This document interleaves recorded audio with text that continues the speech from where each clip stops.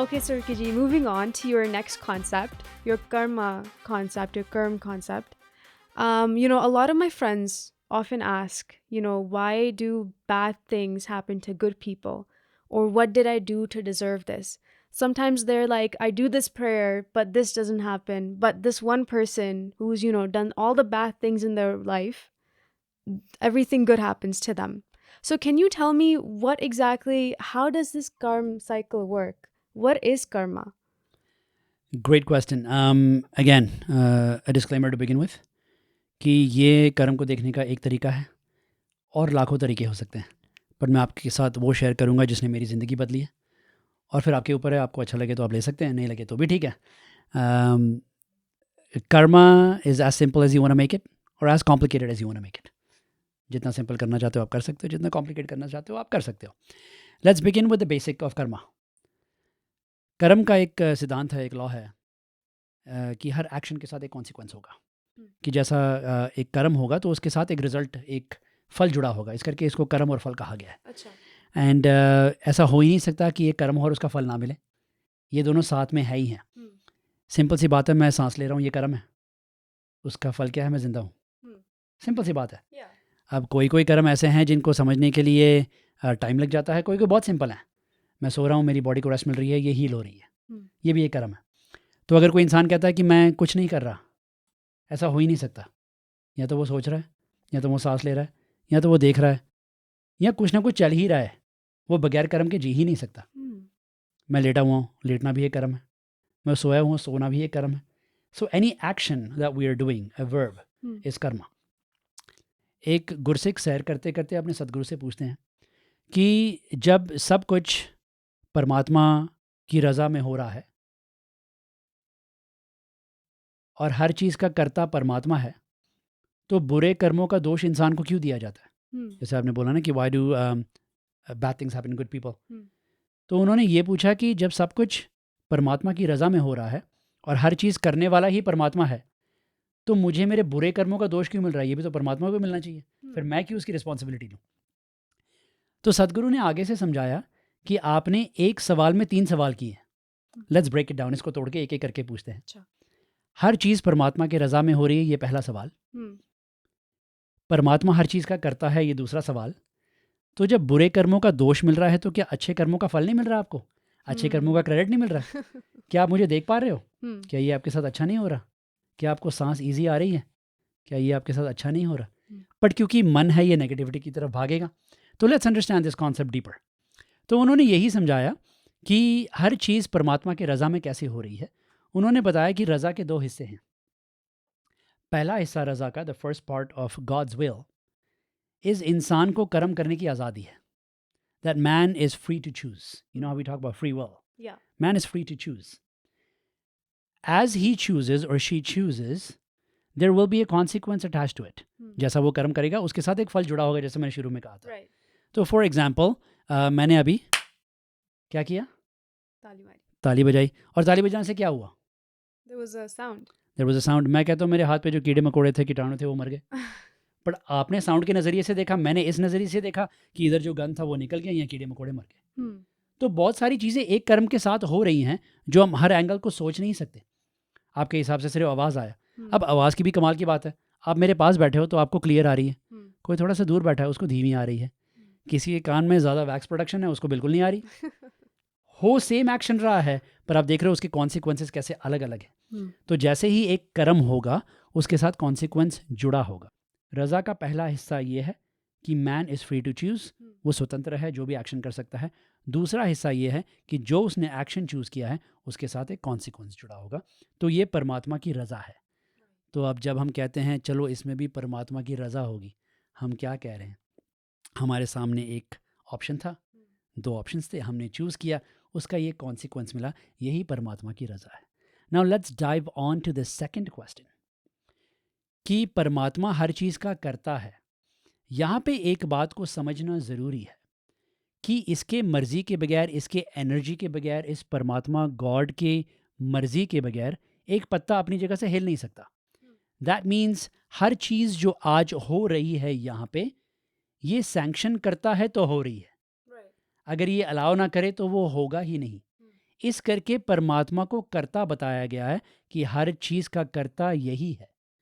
साथ में फिर उसी गुरसिक ने पूछ लिया, अच्छा सदगुरु जी, आपने तो ये भी कहा है कि परमात्मा अकर्ता है। अब ये कर्ता हो के अकर्ता कैसे हो सकता है? How can God be the doer and the non doer as well? तो यहाँ पे ये बात समझना ज़रूरी है कि अगर एक दीवार में इधर एक सॉकेट है, प्लग है, और मैं वहाँ पे एसी को प्लग करता हूँ, तो क्या वो ठंडी हवा देगा या गर्म हवा देगा? ठंडी। और वही प्लग में मैं हीटर लगाता हूँ, क्या वो ठंडी हवा देगा या गर्म? हीटर गरम देगा। गर्म देगा। अगर बिजली पीछे से बोले कि नहीं भाई हीटर, जब तक तू ठंडी हवा नहीं देगा मैं तुझे बिजली नहीं दूंगी, ऐसा तो नहीं होता ना। परमात्मा की एनर्जी सभी के पास है। We are all free to choose, we have the energy to choose, we have the wisdom to choose. अब हीटर और एसी तो फिर भी लिमिटेड हैं, वो ठंडी हवा देगा या गर्म हवा देगा। इंसान तो अनलिमिटेड है, ये प्यार भी कर सकता है, नफरत भी कर सकता है, ये किसी की मदद भी कर सकता है, किसी को गिरा भी सकता है। एनर्जी इसके पास पूरी है। इस तरीके से निरंकार को, इस तरीके से परमात्मा को कर्ता भी बताया गया है। अकर्ता इसलिए बताया गया है क्योंकि वो आपके डिसीजन मेकिंग पावर में इंटरफियर नहीं करता। जिस तरह बिजली बिजली दे रही है, वो इंस्ट्रूमेंट के कैपेसिटी में, फंक्शनिंग में इंटरफियर नहीं कर रही। तो फिर साथ ही उसी गुरसिक ने पूछा, तो क्या ये कर्म और फल जिनको इस परमात्मा का पता लग जाता है, क्या ये गुरसिखों पे लागू नहीं होता? तो तब ये जवाब आया, ये कर्म फल सब पे लागू होता है। यहाँ पे एक पॉइंट समझना बहुत ज़रूरी है। कर्म के साथ दो चीज़ें जुड़ जाती हैं, एक है डूअरशिप, एक है नॉन डूअरशिप। एक है कर्ता, एक है अकर्ता। अब जो मैं कर्म करता हूँ, मैं यही समझ के करता आ रहा था आज तक कि मैं कर रहा हूँ, क्योंकि मैं सांस ले रहा हूँ, मैं चल रहा हूँ, मैं वो डिसाइड कर रहा हूँ। अब इसका एक एस्पेक्ट समझना ज़रूरी है। अगर एक लाठी से मैं आपकी जान लेता हूँ, तो सज़ा मुझे मिलेगी या लाठी को मिलेगी? आपको मिलेगी। एब्सोल्युटली। अगर उसी लाठी से मैं आपकी जान बचाता हूँ, तो क्या क्रेडिट मुझे मिलेगा या लाठी को मिलेगा? आपको मिलेगा। सतगुरु ने समझाया कि आपने लाठी बन जाना है, जिसको ना क्रेडिट से मतलब है, ना डिसक्रेडिट से मतलब है, जिसको ना लाभ से मतलब है, ना हानि से मतलब है। उसको सिर्फ इतना पता है कि I am an instrument of God's will. मैं तो सिर्फ कर रहा हूँ, ये एहसास रख के कि करने वाला, चलाने वाला, सब कुछ जिसकी रज़ा से हो रहा है वो कोई और है। मैं सिर्फ इसके कार्य पूरे करने के लिए या इसके विल में हिस्सा बनने के लिए इंस्ट्रूमेंट हूँ। So like how you said in the last podcast that things are happening through you. Absolutely. Coming back to that, things are not happening to you, things are not happening for you, things are happening through you. A very simple example, I wake up in the morning, I go downstairs, I turn my car on. मुझे पता है कि मैं गाड़ी का वो चाबी घुमा सकता हूँ, उसके बाद इंजन के अंदर तेल का जाना, ऑल्टरनेटर का बैटरी को स्टार्ट करना, ये सब मेरे हाथ में नहीं है। मैं सिर्फ वही चीज़ कर सकता हूँ जितनी मेरी बुद्धि है। तो मैं गाड़ी को स्टार्ट तो कर सकता हूँ, पर गाड़ी का स्टार्ट होना या ना होना ये मेरे हाथ में नहीं है। जैसे हजूर ने इसका भी जिक्र किया कि सुबह उठकर पानी पीना, नींबू पानी पीना, शरबत पीना, दूध पीना, ये आपके हाथ में है। पर उस पानी ने या नींबू पानी ने, ये शरबत ने अंदर जाके क्या करना है, ये आपके कंट्रोल में नहीं है। जैसे मैंने कहा ना, जब आप खड़े होते हो तो एक टांग उठा लोगे, मैं कहूँगा दोनों टांगें उठाओ, आप नहीं कर सकते। आप उसी दायरे में कर्म करोगे।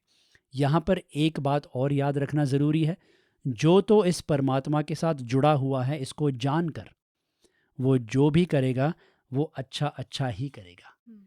जिस वक्त उसने अच्छा करना छोड़ दिया, ये कहना सेफ है कि वो परमात्मा से डिस्कनेक्ट हो गया है और उस कर्म का कर्ता बन चुका है। और अगर कर्ता बना है तो फिर वो लाठी नहीं है, फिर वो उस चीज़ का फल भी भोगेगा।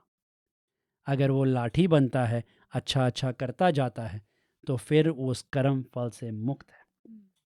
सो the whole goal here is to give up doership, is to realise that there is only one doer. तू करता है जगत का, तू सबका आधार। I am not the doer, O God, you are the doer. I am just an instrument for your will to execute. किसी ने पूछा कि दुख की डेफिनेशन क्या है, तो जवाब सिर्फ इतना आया कि दुख की डेफिनेशन परमात्मा की रज़ा और आपकी मर्ज़ी के बीच का डिफरेंस है। I'm going to repeat that again. दुख की definition is the distance between God's will and your will. If God's will becomes your will, then there is no dukh. That means if you're okay with what is happening because there is one doer, you will never go through suffering in your life. So this was a life changing for me. When you understood कि मेरे को दुख इसलिए हो रहा है because I am not okay with what is happening.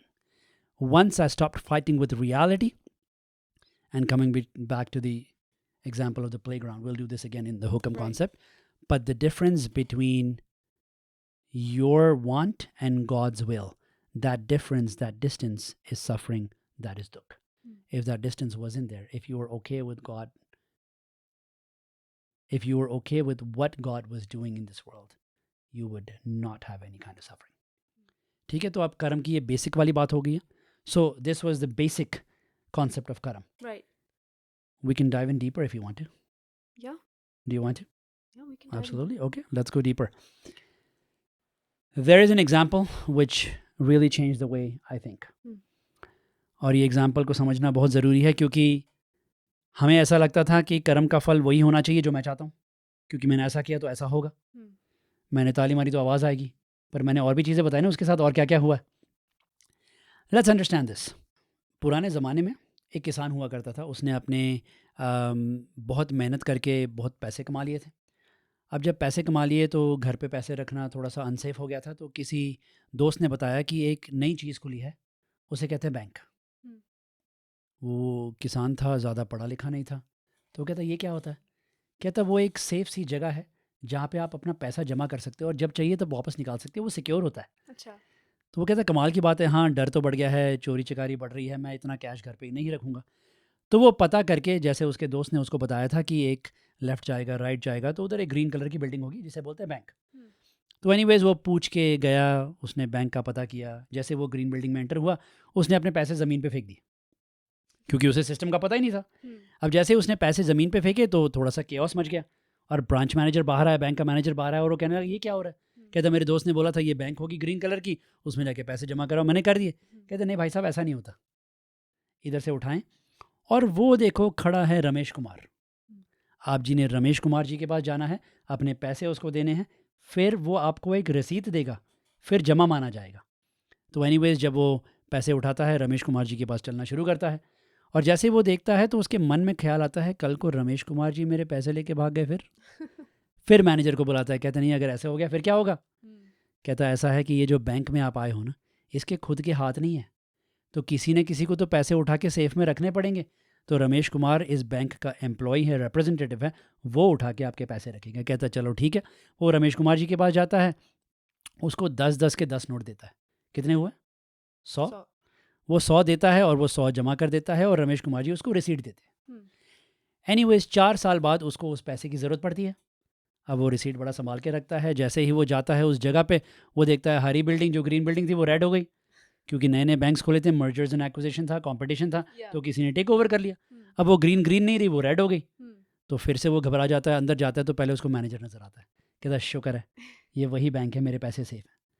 उसके बाद उसकी सबसे पहली नज़र किसके पास जाती है? रमेश कुमार जी के पास. अब क्योंकि मर्जर्स एंड एक्विजिशंस हैं, एम्प्लॉयज़ बदलते रहते हैं, तो पहले सीधा ही जैसे काउंटर की तरफ भागता है. कहता है रमेश कुमार जी तो है ही नहीं. वो फिर घबरा जाता है, फिर मैनेजर को बुलाते, कहते हैं रमेश कुमार जी किधर है? तो मैनेजर फिर समझाता है कि याद है मैंने आपको कहा था बैंक के हाथ नहीं है, रमेश कुमार जी तो एम्प्लॉय हैं. वो तो चले गए, वो देखो खड़े हैं सुरेश कुमार जी. आप सुरेश कुमार जी के पास जाइए, अपनी रसीद दीजिए और फिर ये माना जाएगा कि आप आए हो, आपने अपना रसीद दिया है, और फिर उस पैसों को निकालो. जैसे वो सुरेश कुमार जी के पास जाते हैं, सुरेश कुमार जी को रसीद देते हैं, सुरेश कुमार जी 20-20 के 5 नोट देते हैं. अब वो फिर घबरा जाता है कि ये तो मेरे पैसे नहीं, मैंने तो 10-10 के 10 दिए थे, ये तो 20-20 के 5 दे रहा है. थे वो भी 100 हैं, ये भी 100. तो जब ये बात समझ आ गई, फिर अपने पैसे लिए, अपना इंटरेस्ट लिया और वो चलता बना.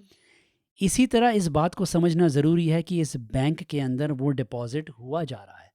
जो भी हम एक्शन कर रहे हैं, ज़रूरी नहीं कि 10 के 10 दिए हैं तो 20 के 5 नहीं मिलेंगे किसी भी रूप में.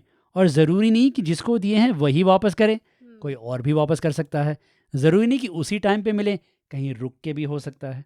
इसमें ये चीज़ जानना ज़रूरी है कि कर्म जो है ये कैलकुलेशन नहीं है, ये एक बीज है, ये एक सीड है। जब आप इसको प्लांट करते हो, अब कोई सीड है, उसको ग्रो होने के लिए प्रॉपर पानी, प्रॉपर सीजन्स, प्रॉपर सॉइल, सब कुछ चाहिए होता है, फिर ग्रो करता है। कोई कोई ऐसे सीड्स हैं जो 1 साल में ग्रो हो जाते हैं, कोई कोई ऐसे सीड्स हैं जो 10 साल तक सोए रहते हैं, राइट। तो ये तो सीड पड़ रहा है और फिर उसका फल जैसे जैसे हमें मिलता जाता है हम वैसे वैसे एक्सेप्ट करते हैं। Now let's understand this.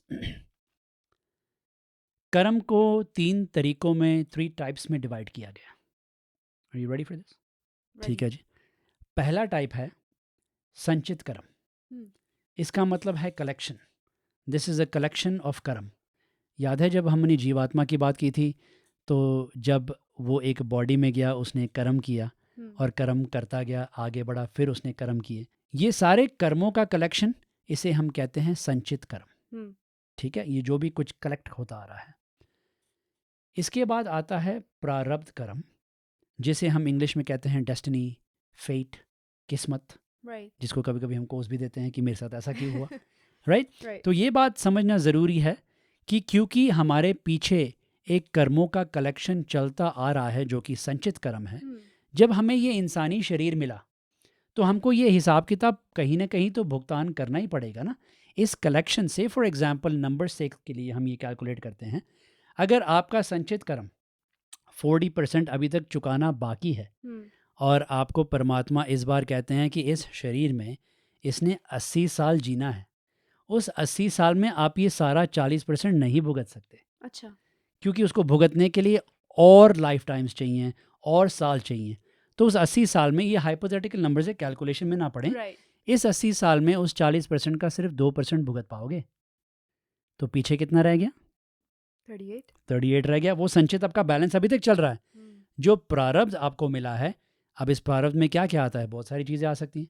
आपकी हाइट, आपके लुक्स, इसके लिए आपने कुछ किया नहीं, राइट। बट ये आपके साथ आया। जिस बॉडी में आप आए हो उसको आपने चूज़ तो नहीं किया। जिस माँ बाप के पास आप पैदा हुए उसको आपने चूज़ तो नहीं किया। This is all a part of your destiny, your prarabdha. Now we don't need to get into calculations कि कौन सा संचित है, कौन सा प्रारब्ध है, ये क्या है, उस कैलकुलेशन में नहीं पढ़ना। बस ये कॉन्सेप्ट समझना है कि उस कलेक्शन को पूरा करते करते जो हमें इस जन्म में मिलता है भोगने के लिए, उसे हम प्रारब्ध कहते हैं, which in English is again called destiny.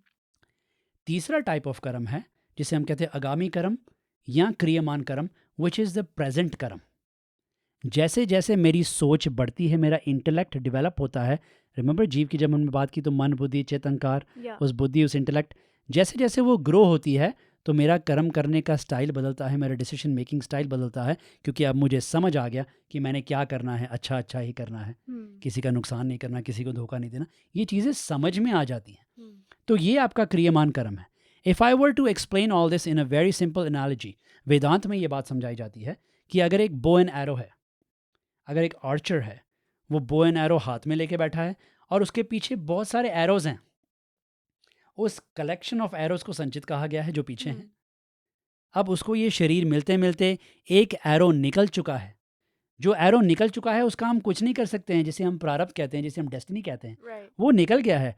आपकी 5 फुट 6 इंच हाइट होनी थी, उसका आप कुछ कर नहीं सकते। आपको ये माँ बाप मिलने थे, उसका आप कुछ कर नहीं सकते। ये तीर निकल चुका है। एक तीर आपने अभी भी उस बो में पकड़ा हुआ है, एक एरो अभी भी उस बो में पकड़ा हुआ है, जो आपका क्रियमान है। अब वो आपके इंटेलेक्ट के हिसाब से छूटेगा।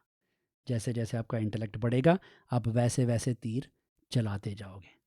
अब डिलेमा यहाँ पे ये भी है कि हमें पता नहीं कि वो तीर कहाँ जाके कब लगना है, और यही सबसे बड़ी बॉन्डेज, यही सबसे बड़ा बंधन का कारण है कि मैं जानना चाहता हूँ कि जो तीर मैंने फेंका है वो कहाँ पे जाके लगेगा और कब लगेगा। जब तक इस बॉन्डेज से नहीं निकलोगे, आपका तो काम सिर्फ इतना है कि उस तीर को चलाना अपने समझ के मुताबिक। जैसे कहा गया ना कि सुबह उठ के नींबू पानी पीना है, अच्छा है, बस इतना करना है। उस नींबू पानी ने अंदर क्या करना है वो आपके कंट्रोल में नहीं है। अब हम दोबारा इसको रिवाइज करते हैं। संचित जो है कलेक्शन, प्रारब्ध जो है डेस्टिनी, क्रियमान जो आप अब कर रहे हो आपके समझ के मुताबिक। ये तीनों कर्म के टाइप है। जो भी आप इस ज़िंदगी में कर रहे हो, आप प्रारब्ध या क्रियमान के मुताबिक ही कर रहे हो और कुछ नहीं कर रहे। जब प्रारब्ध फेवर में है फिर तो कोई प्रॉब्लम नहीं है। I wanted a job, I applied for it, I got it, is that a problem? कोई प्रॉब्लम नहीं है, मैंने उसी के लिए तो अप्लाई किया था। पर जब नहीं मिली तब क्या होगा? तब दुख होता है, लगता है कि क्यों मुझे नहीं मिला मेरे कर्म का फल, मैं तो इतना तैयारी करके गया था। जब प्रारब्ध नेगेटिव हो जाता है या हमारे फेवर में नहीं होता, उसके लिए 3 कोपिंग मैकेनिज्म्स हैं जो मुझे बहुत अच्छे लगते हैं। सबसे पहला कोपिंग मैकेनिज्म, मैं कभी किसी को ब्लेम नहीं करता, क्योंकि मुझे पता है जो भी मेरी ज़िंदगी में बीत रहा है वो मेरे ही कर्मों का फल है।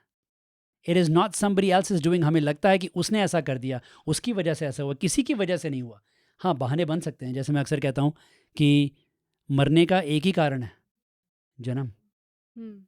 You will die because you were born. मौत का और कोई कारण नहीं है। बहाने सब कुछ हो सकते हैं, एक्सीडेंट हो गया, हार्ट अटैक हो गया, ये बहाने, ये रास्ते ज़रूर बन सकते हैं, बट वजह मरने की सिर्फ ये है क्योंकि जन्म हुआ। इसी तरह जब हम प्रारब्ध नेगेटिव की बात करते हैं, सबसे पहला कोपिंग मैकेनिज्म आ जाता है कि मैं किसी को ब्लेम नहीं करता, क्योंकि मुझे पता है जो कुछ मेरे साथ बीत रहा है ये मेरा ही कहीं ना कहीं किया हुआ है। जब ब्लेम करना बंद करोगे ज़िंदगी आसान हो जाएगी। अगर मैं बीमार हूँ, आप मेरे लिए जूस लाते हो, 2 ही कर्मों के हिसाब से कर रहे हो, या तो आप अपना प्रारब्ध मेरे साथ कुछ क्लियर कर रहे हो, या आपको ये बात समझ आ गई है कि कोई बीमार है उसके लिए जूस बनाना अच्छी बात है। फिर से वो लाठी बनना है, लाठी चलाने वाला नहीं बनना, उसका फल एक्सपेक्ट नहीं करना कि मैंने इसको जूस पिलाया अब मुझे भी ये कुछ करेगा। वहाँ पे फिर बॉन्डेज शुरू हो जाती है, फिर बंधन का कारण शुरू हो जाता है। इस करके कर्म करते हुए अकर्म भी करना है, ये समझना है कि ये चीज़ें अच्छी है, करना है without any expectations in return. ठीक है, पहला coping mechanism, do not blame anybody. I am not even blaming God, I am not blaming my self. And I think that's the most default behavior. Absolutely, absolutely, यही दुनिया में हो रहा है कि लोग अपने आप पे बहुत हार्श हो जाते हैं। आई ब्लेम माई सेल्फ, मेरे साथ ऐसा क्यों किया, मैंने ऐसे क्यों किया। पर जब ये कॉन्सेप्ट समझ आता है, ये ब्लेमिंग गेम खत्म हो जाती है। Yeah. Second coping mechanism, you ask God for strength. हम कहते हैं कि मैं तेरी शरण में हूँ, कि मुझे तेरी ताकतें चाहिए। अब दुख तो आ गया है, अनफेवरेबल चीज़ें हो रही हैं, पर ताकत भी तो मैंने तेरे से ही लेनी है। तू ताकत देगा तो मैं तगड़ा होऊंगा, मैं खड़ा होऊंगा, मैं दोबारा कर्म कर पाऊंगा, इस बात को समझ पाऊंगा। And I know that this situation will make my life better not better. ये भी भरोसा होता है उसको कि इससे मेरी ज़िंदगी बेहतर ही नहीं होगी, बदतर नहीं होगी। ठीक है, तो पहला कोपिंग मैकेनिज्म, वो किसी को ब्लेम नहीं करता। सेकंड कोपिंग मैकेनिज्म, वो परमात्मा से ताकत मांगता है इसको झेलने की। और तीसरा कोपिंग मैकेनिज्म, वो परमात्मा से माफ़ी भी मांगता है कि अगर मुझे कोई कर्म का फल भुगतना पड़ रहा है जो मुझे अच्छा नहीं लग रहा, that's okay, I am not blaming you, I am asking you for strength. मुझे ताकत दो, मैं तुम्हें ब्लेम भी नहीं कर रहा, और साथ में ये कह रहा हूँ कि मैनू बख्श लो, कि मुझे माफ़ करो, क्योंकि हो सकता है जाने में अनजाने में पता नहीं क्या कर गया हूँगा। अब मुझे क्या पता था ऐसा नहीं करना, मेरी बुद्धि ही उस टाइम पे ये थी। फिर धीरे धीरे इंटेलेक्ट मेरा बढ़ा, फिर समझ में आ गया। अगर छोटा बच्चा 2 साल का बाप की गोद में बैठ के बाप को थप्पड़ मारे, बाप तो कहेगा मेरा बच्चा कितना क्यूट है, इसने मुझे मारा, कितना अच्छा लग रहा है। और वहीं अगर वो 20 साल का होकर बाप के गोद में बैठ के बाप को थप्पड़ मारेगा, वो एक्सेप्टेबल नहीं होगा, क्योंकि उसकी इंटेलेक्ट डेवलप हो चुकी है। Yeah. इस करके वो अपने किए में, जाने में या अनजाने में, जो भी कुछ उसने किया होगा, वो उसकी माफ़ी मांगता है। सो हमारा फोकस हमेशा से यही रहा है कि हमने क्रियमान पे, आगामी पे फोकस करना है, प्रेजेंट पे फोकस करना है। जो पिछला हो गया उसको हम चेंज तो कर नहीं सकते, कोपिंग मैकेनिज्म्स बता दिए हैं। जो आगे हो रहा है, से फॉर एग्जांपल एक बाल्टी के अंदर वाइट पेंट है और उसमें हल्का सा ब्लैक ड्रॉप गिर गया, सारा पेंट ग्रे हो जाएगा। Right. अब अगर उसको दोबारा उसके ओरिजिनल वाइट कलर पे लेके आना है तो क्या करना पड़ेगा? White डालना पड़ेगा। इतना वाइट डालो, इतना वाइट डालो कि वो ग्रे अपना एग्जिस्टेंस लूज कर बैठे और वो फिर से वाइट हो जाए। इसी तरह फोकस हमारा हमेशा क्रियमान पे है, प्रेजेंट पे है। ऐसे प्रेजेंट के कर्म करो, अकर्ता बन के करो, अकर्म होके करो, कि आपको पता है कि डूअर कोई और है, मैंने तो सिर्फ इस रास्ते पे चलते जाना है। And be detached from the result. जैसे कृष्ण जी ने भी कहा कि हे अर्जुन, कर्म किए जा, फल से अटैच मत हो। जब अटैच होगे तब दुख शुरू हो जाता है। सो कमिंग बैक टू, अब ये जो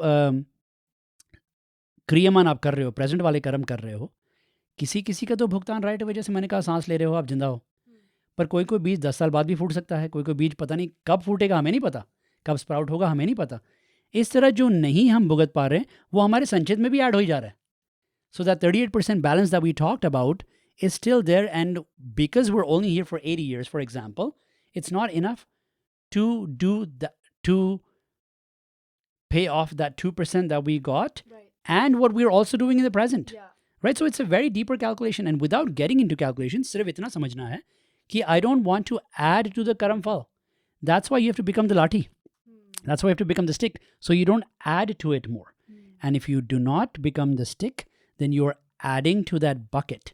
And if you're not able to pay or sow or reap those now, this will then get added to your sanchit. One big advantage, like I mentioned, Satguru.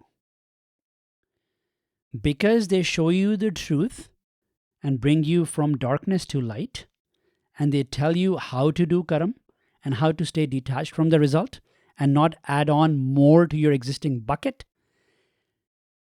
One big advantage of having a spiritual master or guide in your life is that sanchit balance turns into zero. You know how and why? Why? Because if you've realized your source and that is where you're merging back into, you are not coming back again. Right. If you're not coming back again, who's going to pay this off? Bankrupt. Yeah. It's gone. It's zero. That is the biggest advantage of becoming the non-doer, and then also clearing out the balance that you still have to pay off, where the Satguru plays a key role by giving you the knowledge of the divine and elevating you to such a level कि कर्म करते करते भी आप अकरता रहते हो. तो आप बेनिफिट्स देख रहे हो इसके क्या क्या? Yeah. राइट. सो हर कोई समझता नहीं हम इस साइकिल में स्टक है, पर मैं कहता हूँ कि वही गोल चक्कर का कोना ढूंढ लिया है. And that is why you need a spiritual master within your life who will tell you that you can get rid of this. You can merge into it and then don't worry about your karma phal cycle. So you can, जैसे वो जीवन मुक्त की भी बात हुई थी, I'm living and liberated as well. And obviously when I leave the body, I know where to go. It's like having a GPS but no address. Useless. I have a GPS and I have the address. ਇਸ ਕਰਕੇ ਗਿਆਨ ਗੁਰੂ ਦਾ ਇਨਸਾਨਾਂ ਨੂੰ ਮੁਕਤੀ ਮਾਰਗ ਪਾਉਂਦਾ ਹੈ. It puts you on the path of salvation. It doesn't give you salvation. It puts you on the path. And now you consciously, with the grace of the spiritual master, have to tread and walk on this path. And then you can end your karam cycle. You can end the suffering. You can end everything that is undesirable in the world right now. And then it is up to Satguru, Nirankar, Paramatma, Allah, God, Vaheguru, Ishwar to forgive. And in how much time? ये इसकी मौज है. हो सकता है 6 महीने की सज़ा 6 दिन में काट दे, पर इसको पता है कि नहीं रिकी इतना ढीठ है कि नहीं 6 दिन में मानेगा नहीं, इसको 6 महीने करना ही पड़ेगा. या चलो रिकी इतना बदल गया है कि अब इसको साल भुगतने की ज़रूरत नहीं है, इसका 1 दिन में काम सेट हो जाएगा. अब ये हमारे कंट्रोल में नहीं है. सो you're not blaming anybody, you're asking for strength and you're asking for forgiveness. ये 3 चीज़ें हमने प्रैक्टिस करनी है. जब भी कुछ ऐसा अनफेवरेबल हमारी ज़िंदगी में होता है तो ये प्रैक्टिस करके देखनी है कि इससे क्या होता है. This has changed my life around. This is the whole karmic cycle.